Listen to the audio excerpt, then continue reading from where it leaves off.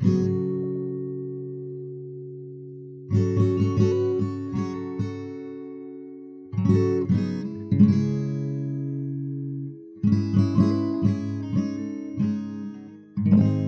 word busking first saw English language publication back in the mid-19th century in Britain. It's a term that was possibly derived from the Spanish word buscar, which means to seek or to search for, but which also potentially evolved out of other words that shared a Latin root, such as the French busquer, to shift or to filch or to prowl, or the Italian buscare, which means about the same as the aforementioned French term.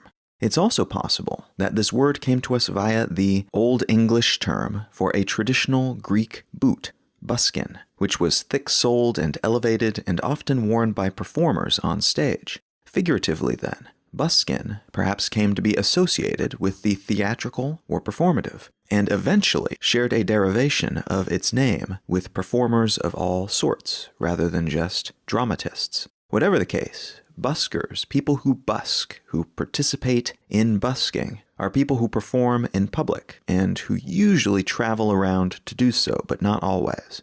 Buskers are also folks who live off what they make from the public, from spare change and the occasional dollar or pound, the even rarer 10 or 20, tossed into their hat or jar or open guitar case.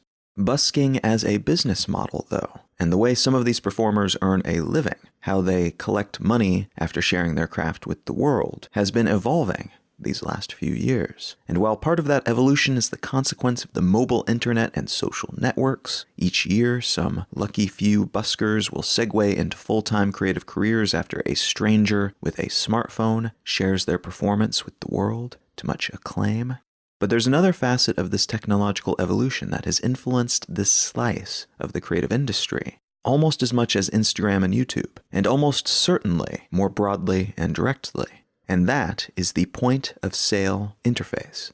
Traditionally, buskers play music or recite poetry or dance, and then pass around a hat, or leave some kind of container out in the open for passers-by to leave them whatever they've got handy in terms of currency. But the world has shifted, and in a lot of cities around the world, fewer and fewer people are likely to have spare change, or any kind of foldable currency on them at any given time. Many of us have shifted partially or entirely over to plastic debit and credit cards, and newfangled entirely digital means of purchasing things with NFC chips and magnetic stripes and ones and zeros. As a consequence, you're increasingly likely to see a sign perched next to that subway guitarist, telling listeners where to send a Venmo-based contribution. You may see a PayPal address or a Cash App handle in a more prominent position than the vase where they're collecting tangible currency. You might also see a little white square, a wireless card reader that connects to the performer's phone via Bluetooth, which allows them to accept payment via cards or other wireless transmission method like Android or Apple Pay.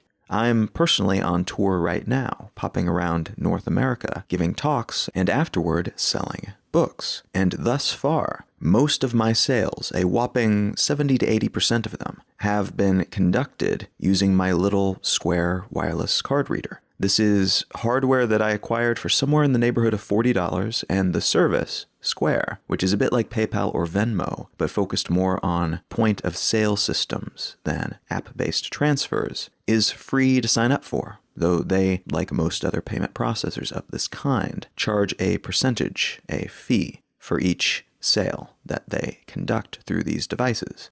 A lot of companies offer similar interfaces, and they've become ubiquitous enough that it's almost quaint, especially amongst newer, younger businesses, to see old-school credit card systems, clunky and black or dark gray, hugging rolls of receipt paper, lacking the touchscreen and clean, soft lines of the digital interfaces that these new systems offer. Such technologies are unto themselves pretty interesting, but what I want to talk about today is not point-of-sale systems and it's not busking, but instead it's how we support the creation of work of any kind, and how these methods of getting resources to those who are making things are changing, and what that means for those whose work relies on such systems.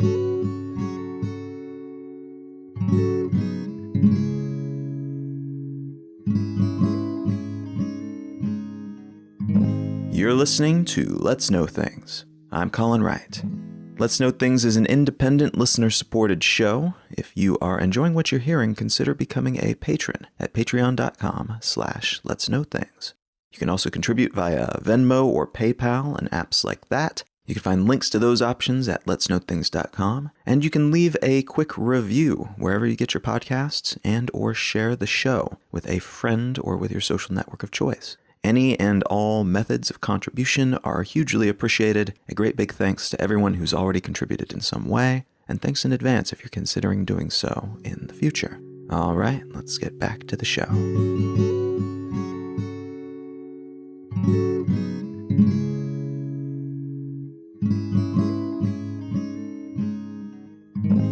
There is often a conflict between the production of something and sustaining the production of that thing. Anyone who's ever made anything is at least passingly familiar with this friction. The tension between wanting to make a thing that you think is valuable, that you think is important, that feels right according to your standards for it, and the desire to ensure that you can get it out into the world, can perpetuate its existence, can perhaps disseminate it in such a way that will allow you to then continue to produce other things as a consequence. This podcast, for instance, was created with the intention of being able to show connections between things that are happening in the news and the historical, economic, philosophical, humanistic, ideological, and other contexts for those current event happenings. This being something that I think is important, I've tried a few methods of making sure that I can, first, pay for the infrastructure required to keep the show afloat and available, second, take my time away from other projects which I also think are valuable, and third, continue to spend that infrastructural money and that time to keep producing this show into the future. All of which means, typically, at least, being able to earn money to pay those bills, to pay my bills, because otherwise I would likely need to spend more time on other things that allow me to pay my bills just to subsist, just to operate within this version of capitalism that we have here in the United States and in some form or another worldwide, with very few exceptions. Now, this isn't a call to action, by the way. I've got that sort of thing between the intro and the main body of the show and during the outro. But I have those calls to action, to become a patron, to leave reviews, to attend a tour event or buy a book, because content of any kind, and almost always, requires some kind of funding mechanism to exist and or persist. Yes, there are cases where people who are independently wealthy can fund work just because, without needing to earn anything from it. They've already got the requisite resources to pay the bills and pay for the creator's time, and that is that. And there are cases where creators have managed to winnow the costs of producing their work down to a degree that they can afford to do it just for fun, just because they want to, either producing as a hobby or completely self-funding their work, something I often refer to as becoming one's own Medici, the Medici being a group of wealthy benefactors, amongst many other things, back during the European Renaissance and beyond. A great deal of art in all mediums that exists from that time exists because of the Medici family and other benefactors like them. They were patrons of the arts, and that art, that content, to use today's vernacular, exists because they paid the bills and paid for the artist's time and materials. There are still Medici-like people and entities in the world today, but they are few and far between, and in some cases require certain attributes in their artists, certain slants, ideologically or otherwise, to the work produced, or only have finite dollars to spread around the world, which means their attentions are highly sought after, and they can often, therefore, if they so choose, have influence over the shape of the work that comes out the other end, even if only in a very subtle fashion. Most funding models for most creations, though, rely on turning our work into either a service or a product, in packaging it up so that our audience can consume it, and then giving them ways to contribute to the continued creation of that or future work. And this is true whether we're talking about a single individual, like myself, producing news analysis podcasts, or a massive news entity like The Guardian or The New York Times, or a science textbook writer, or an Instagram influencer, or an app developer, or an adult film star. Within the economic model that straddles the world, again with very few exceptions, work of any kind requires resources to create and perpetuate. and the conflict between the creation of the work and the funding that enables that work to exist can be immensely consequential. The article I'd like to start with today comes from the Washington Post, and it's entitled, "Tumblr's Nudity Ban Removes One of the Last Major Refuges for Pornography on Social Media." This piece is just one of many that has been written about a recent surprise announcement from the microblogging platform Tumblr. For those who are not familiar with Tumblr, it's an interesting remnant of the post-dot-com bubble crash of the early 2000s. It was founded in 2007, the age of Flickr and other such platforms, an age where it was the height of naming sophistication to remove random vowels from your company's name so you could snag the .com domain for your brand on the cheap. This platform was one of the big players in the social media world back then, and was predicated on the concept of websites that were called Tumbllogs, which were like blogs but shorter form, and often more stream of consciousness and focused on media, like photos and drawings and videos and GIFs, rather than longer form essays, as was most common for the world of blogging back then. And fun fact, if you, like me, use the Overcast app to listen to podcasts, that app was created and is maintained by Marco Arment, the former CTO, Chief Technology Officer, of Tumblr, though he left the company back in 2010 to work on a bookmarking service called Instapaper. In any case, Tumblr flourished as kind of a weird pseudo-Instagram in an age before Instagram, and developed a hardy and dedicated community as a consequence. Folks with niche tastes in pop culture and art in particular seemed to just love the service, as it gave them a place to congregate and interact and share their passions. And it wasn't as obtrusive as subsequent networks like Facebook. It was weird and it stayed weird, and it never heavy-handedly tried to monetize their audience in the way most other social networks had at that point, which may not have been the best choice from some perspectives. In terms of money, at least, it probably was not the smartest of moves, as Tumblr was acquired by Yahoo for $1.1 billion in mid-2013, and in 2016, Yahoo wrote down $712 million of Tumblr's value, meaning they decided to officially devalue the company for tax purposes, demonstrating that it had been a bad investment, and wanting to recoup at least something from that acquisition disaster. In 2017, Verizon acquired Yahoo, and through it, Tumblr. Verizon has a subsidiary company called Oath, under which it houses brands it owns like AOL, Engadget, HuffPost, formerly called The Huffington Post, TechCrunch, MapQuest, and until recently Flickr, which was sold by Oath to SmugMug in 2018. And Tumblr joined those ranks when this purchase went through. This piece in the Post is about something that happened this year, at the end of 2018, when Tumblr announced that they would be removing pornography from their service, effective on December 17, 2018. This is news because in addition to all the other subcultures that have carved their homes into the structure of Tumblr over the years, the porn world, in all its many permutations, shapes, and sizes, has done the same, and more than a little enthusiastically. And this is true for the vanilla stuff that you may once have found in magazines on bookstore shelves, but it's also very true of work that has typically been a lot more niche and less accepted by the mainstream. The truly hardcore pushing the limits stuff, the ultra-specific fetishes, the work for which there is seemingly no market except for an audience of maybe just a few dozen people scattered around the planet. All of it is on Tumblr. Tumblr's community guidelines allowed this kind of intellectual and sexual evolution to occur from its inception. And as a consequence, a lot of people who are heavily invested in these spaces see it as their home base, their orientation point for what they do elsewhere, online and offline. But this announcement poured cold water on all of that. We do not know for absolute certain why this decision was made, or what the consequences might be. But the timing is a little interesting. On November 20th, 2018, it was reported that Tumblr's app had been removed from Apple's iOS App Store and had been gone for several days. The reason given for the removal was that child pornography had been found on the site, and that was against Apple's policies, not to mention the law. Tumblr's management blamed an industry database for the issue. There's a database that many social networks use that allows them to compare every image uploaded to their site against illegal images like child pornography, which then allows them to prevent that content from being shared in the first place, while also potentially allowing them to flag accounts that attempt to post it.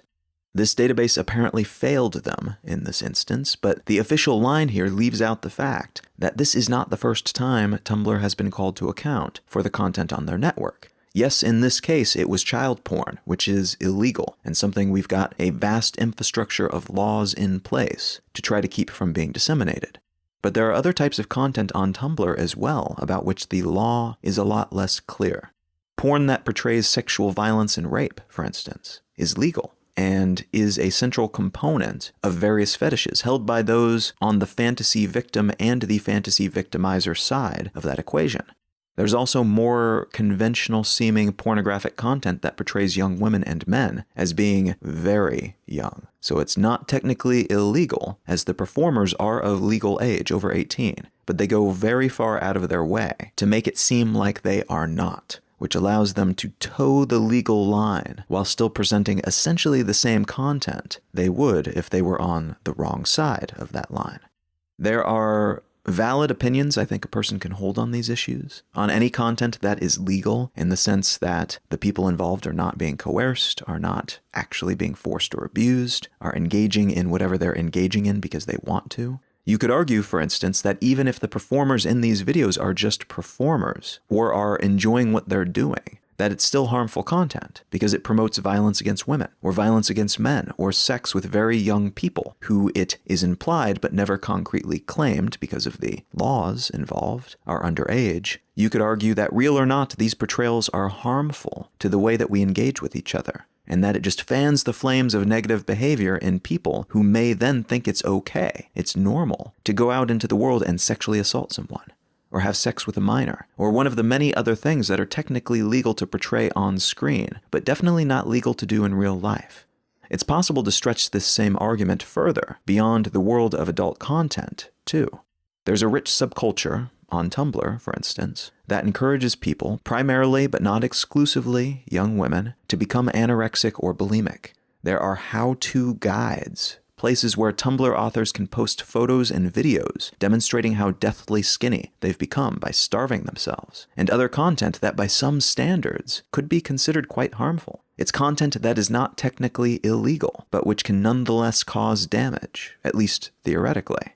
The flip side to that broader argument is that free speech is important because there is no reliable, unbiased way to determine what is inherently good and what is inherently bad. Arguably, inherently good and inherently bad don't even exist, depending on how you look at it.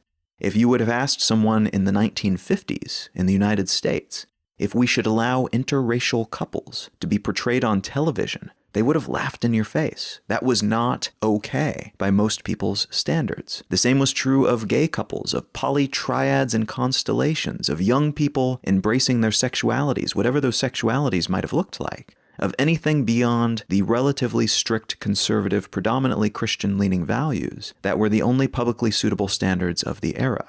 All of which is to say, it's impossible to filter for dangerous content without succumbing to our own contemporary, demographically influenced biases about what's dangerous and what is simply unfamiliar or uncomfortable to us because of our specific individual standards.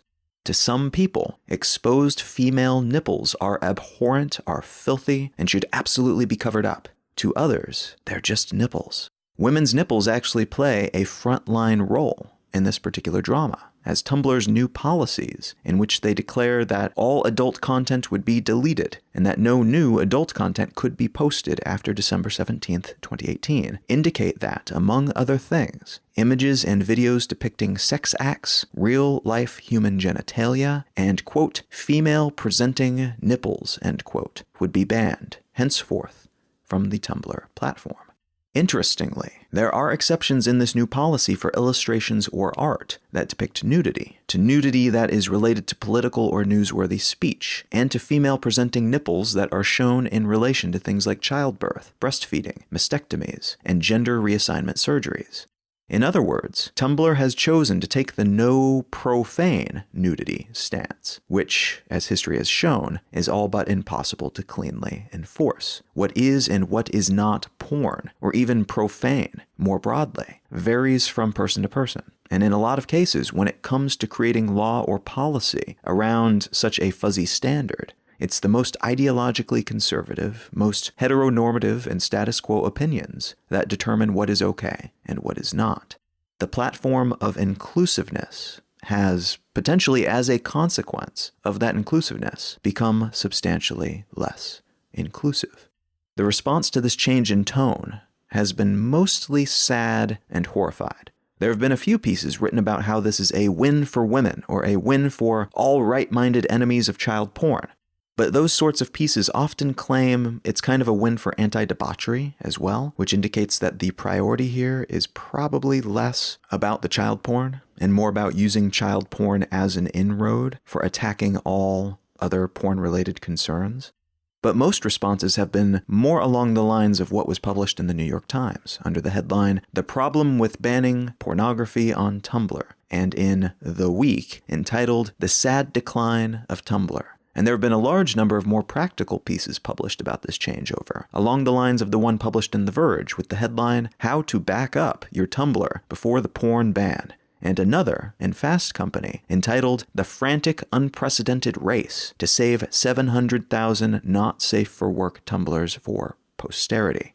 For what it's worth, I personally disagree with Tumblr's decision here, or rather, Verizon's decision on behalf of Tumblr. But I also get it. I understand why they might want to polish up this aging, value-degraded asset that they have just sitting there on their shelf. Such a move allows them to consider selling it for parts, or changing it into something new, blending it with another service, or creating a new media platform out of the structure that's already there. After all, even if 22 to 25% of the network, by some estimates, is just porn content, with another maybe 20% of their Tumblr sites on top of the pure porn sites thought to include some kind of pornographic content mixed in with other sorts of content, that still leaves a substantial social media footprint to play with.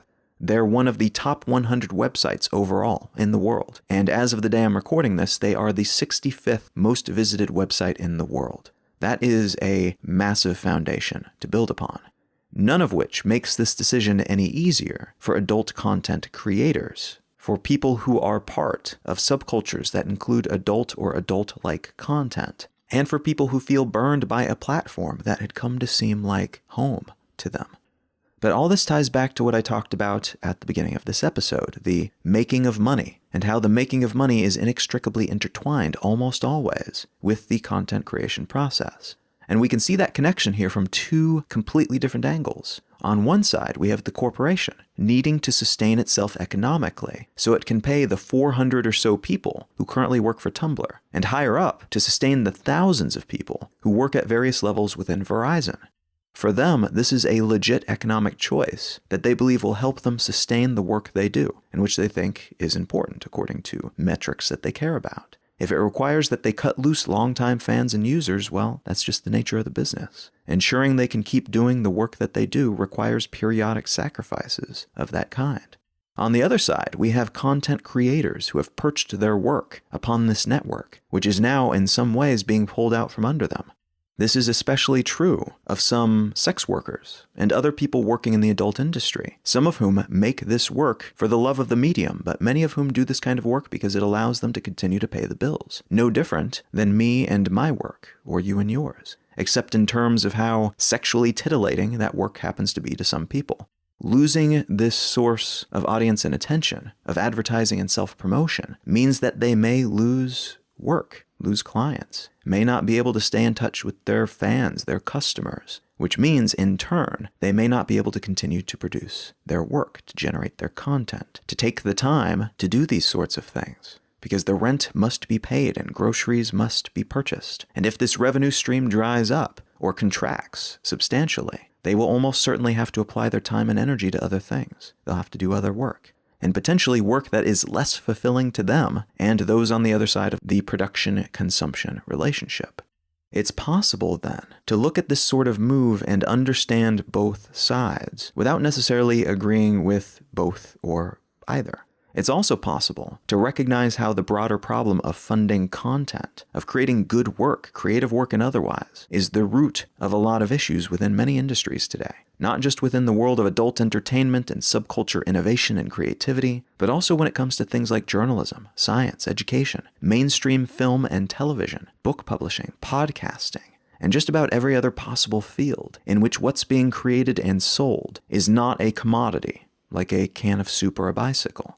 I want to take this discussion in one more direction that may not be immediately obviously connected to these other 2 points about adult content bans and funding models for creative work being complicated, but which I would argue is very much connected to them. And I would further argue that recognizing this connection is important because if we don't, it's possible to behave in ways that are antagonistic to how we want things to be without even realizing that we are doing so. There's a term that's only recently hit the common media world vernacular, and that term is deplatforming.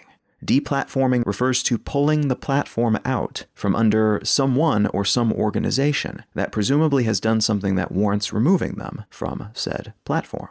Alex Jones, for instance, who's infamous for spreading brazen conspiracy theories and lies, including frantic claims that school shootings, like the one at Sandy Hook Elementary School in 2012, in which a 20-year-old man shot and killed 20 children between the ages of 6 and 7 years old, alongside 6 adult staff members of the school, his own mother, and then himself, after all the damage was done. Jones claimed that this was a false flag operation. That all the parents who cried when their children were killed, all the police who responded to the event, everyone involved, they're just actors. Pretending that they had kids, pretending that those kids were murdered, pretending because that would give the government, which at the time was led by Barack Obama, the excuse that they needed to come take away everyone's guns. Now, not all conspiracy theories are untrue. Watergate and similar scandals remind us that this is the case. But although it's important to keep an open mind about such things, as it's been said, it's also important to not keep our minds so open that our brains fall out. The sheer abundance of evidence that the shooting happened, and the complete and absolute lack of evidence that it didn't, would make this particular conspiracy theory hilarious if it wasn't so monstrous. As a consequence of Jones's claims, the parents of the Sandy Hook school shooting victims have been harassed by his viewers and listeners, some to the point that they've been chased out of their homes by conspiracy theorists who see them as government operatives, trying to take all their guns away, leaving threatening notes and messages, hiding in their bushes, taking photos, going through their trash. It's abusive, dangerous behavior, and the consequences of a person like Jones having a platform, a megaphone, that he can shout through at his audience of credulous people who believe that they're doing good things but who are in fact a huge part of a growing problem, doing abhorrent things out of ignorance and thoughtlessness because they trust this man and trust him when he says that everyone else, all other sources of news and information but him, are the ones that are untrustworthy. The deplatforming of Alex Jones then, pulling him off Twitter and YouTube, banning him and his work from Facebook and Spotify, pulling his apps from the Apple iOS store. It can reduce the range of his megaphone. It doesn't stop him from shouting nonsense into the ether, but it does keep him from reaching new people as easily, and makes it less convenient for those who are already diehards from being exposed to more of his poison. There was another recent high-profile deplatforming, this time of alt-right figurehead Milo Yiannopoulos, who's perhaps most famous for being flamboyant and intentionally offensive, while also towing most aspects of the Trumpian worldview line, and catering to his audience of not exclusively, but primarily white supremacist-leaning men. Yiannopoulos was all over the news a few years ago, but after first having his verified checkmark removed from his profile and then being outright banned from Twitter for abusive, threatening, dangerous behavior, particularly toward black women, but also anyone who did not fit within his idealized alt-right, white male-centric ideology, he was also banned from other networks and payment processors, including, most recently, Patreon. To be honest, Yiannopoulos' decline gave me a small jolt of schadenfreude. I have no idea who he is or what he is like as a person, as an individual, but as a public personality, he's just as toxic in many ways as Alex Jones, if perhaps not as famous and successful. I felt the same about Jones and his deplatforming because, again, by the standards of fact-based reporting and establishing truth and having a grasp of reality and not tormenting victims of mass shootings, he's a horrible person. He's the antithesis of skeptical thought and a rational humanistic worldview. So his decline, even if only on some platforms, felt very good to me. And it still does, frankly. But just like with porn and Tumblr, I think it's possible to rationally and thoughtfully be of two minds on this particular matter. Because although I do not think we should celebrate demagogues like Jones and Yiannopoulos, and although I do think it's nice when horrible people suffer consequences for their actions, this is another situation in which primarily corporations, entities with monetary concerns that often put their interests beyond mere human morality, are being forced to make decisions about what is correct and good and okay, and what is not. They are, in other words, becoming arbiters of correct and ethical speech and thinking, and are able to economically starve, in practice at least, if not literally, those who defy those standards. Standards that were defined by a committee, that committee acting in accordance with what is best for their shareholders, rather than what is best by some larger, more thoughtful, and perhaps abstract philosophical metric. While I am glad, then, that Jones has less reach and fewer ways to fund his contagious idiocy, I am concerned that the same entities that leveled that punishment could, at some point, come after someone who I think is doing amazing and beneficial work. They might even come after me, perhaps, if I say the wrong thing someday, or have something that I say taken out of context. That misunderstanding or miscontextualization spread as fact by people and communities that are incentivized in some ways to prefer scandal and outrage over nuance and context could knock me off these platforms as well. Alongside that concern, just as with sexual and relationship norms, who's to say what might be construed as wrong or harmful today, but which might at some point in the future become normal and even morally correct? What way of thinking, in other words, is like interracial relationships? What way of thinking might seem wrong to most people of the general population now, but in 50 years will be the obvious, correct, moral thing? And which of these future obvious and correct moral things that are today held by only an outcast weirdo few would be punishable if spoken aloud by today's arbiters of truth and moral rightness? What unpopular opinions might be cut away in their infancy, unable to grow up and flourish and perhaps better serve us all, making the world a better place because these networks, these platforms, controlled by interests that are almost entirely economic, make a decision that seems generally correct to most people contemporarily, but which could prove to be short-sighted by every other standard. The shifting sands of platforms, their evolution and change determined in some cases by mob-spread moral outrage and blanket legal concerns, amplify this issue. That positioning takes it from being a somewhat theoretical issue to being a livelihood issue, something that could not just starve an idea of attention, but also a person holding that idea of food and shelter. I personally think people like Yiannopoulos should not be handed a megaphone and told to go at it. We're all worse off for having people like this spreading their voices and ideas far and wide. They have the freedom of speech, certainly, but not the freedom to an audience. They do not deserve our attention and the dollars that often follow attention these days. But even holding that opinion, it's possible to be of two minds about the issue. It's possible to worry about the large-scale near-future potential consequences of allowing these sorts of issues to determine which ideas and whose livelihood lives and dies. It's still possible, in some ways, in some places, to busk for money, to scrap together change and the occasional paper note, and make a living funding your work in that way. But times change, and so do platforms. These days, buskers are using Square card readers and payment processors and accepting Venmo. If one of these performers were to be deplatformed, to be disallowed from using that payment processor, as has been the case for many people in business entities like those doing sex work and those working in the burgeoning cannabis field here in the United States, we create a situation in which the only solutions are increasingly illegal ones, or again, self-censorship, doing less good work or no work at all because we are unable to make a buck from the things that we want to do, the things that we're good at, the things we create, for which there is an audience, but an audience that no longer has any way to economically support us.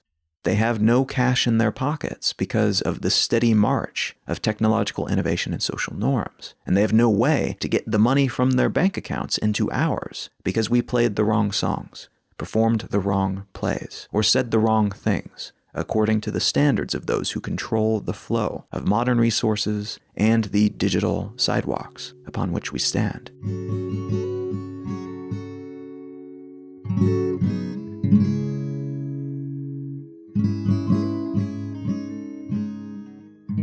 If you're enjoying this podcast, one of the better ways to help support it and to perpetuate its existence is to become a patron at patreon.com/letsknowthings. You can also contribute via PayPal or Venmo or other services like that. You can find links to those options at letsknowthings.com. And you might also consider picking up one of the books that I've written. You can find a list of those books at colin.io. You can also pick them up at your favorite local indie bookstore, up on Amazon, and or at your local library. If they don't have them on hand already, you should be able to request them, and then other people might benefit from being able to read them in the future as well. The book that I'd like to recommend today is called The Righteous Mind by Jonathan Haidt. This is a really excellent book, particularly for the topic of this podcast episode and a lot of other things that I've been discussing recently. The book is essentially about what we know about neuroscience and the way our brains operate and how that feeds into the polarization within ideologies, within politics, within religion, and things of that nature. So if you've ever been curious about some of the biological variables that influence the way that we think, and the thought structure that underpins whether we are more progressive or liberal, or whether we are more conservative, and what type of conservative, and what different senses of morality and different perceptions of the world feed into those mental frameworks, those heuristics that we use to make decisions. This is a really excellent book to read. And thankfully, on top of that, it also presents some ideas about how we can bypass each other's reflexive responses to certain ideas and conversations that we might have, so that we can engage with each other intellectually and with as clean a slate as we can possibly have when discussing certain ideas, rather than entering into conversations about heated topics for which we have pre-written answers that were handed to us by somebody else, and therefore we cannot cleanly engage with those ideas because we're already viewing them through a heavily distorted lens ahead of time. If any of that sounds interesting to you, I highly recommend picking up a copy of The Righteous Mind by Jonathan Haidt. You can find out more about me and my work at colin.io. While there, you might consider signing up for my usually twice monthly newsletter as well, which will give updates on my projects and send out periodic essays as well. You can find my blog at exilelifestyle.com, and you can find the show notes for this episode and every episode at letsknowthings.com. You can find out more about the tour that I'm currently on around North America at becomingtour.com. And you can find me on pretty much all the social networks. I'm at Colin is my name on most of them, and just Colin Wright on Facebook. Thank you so very much for listening. I'm Colin Wright, and I'll talk to you again next week.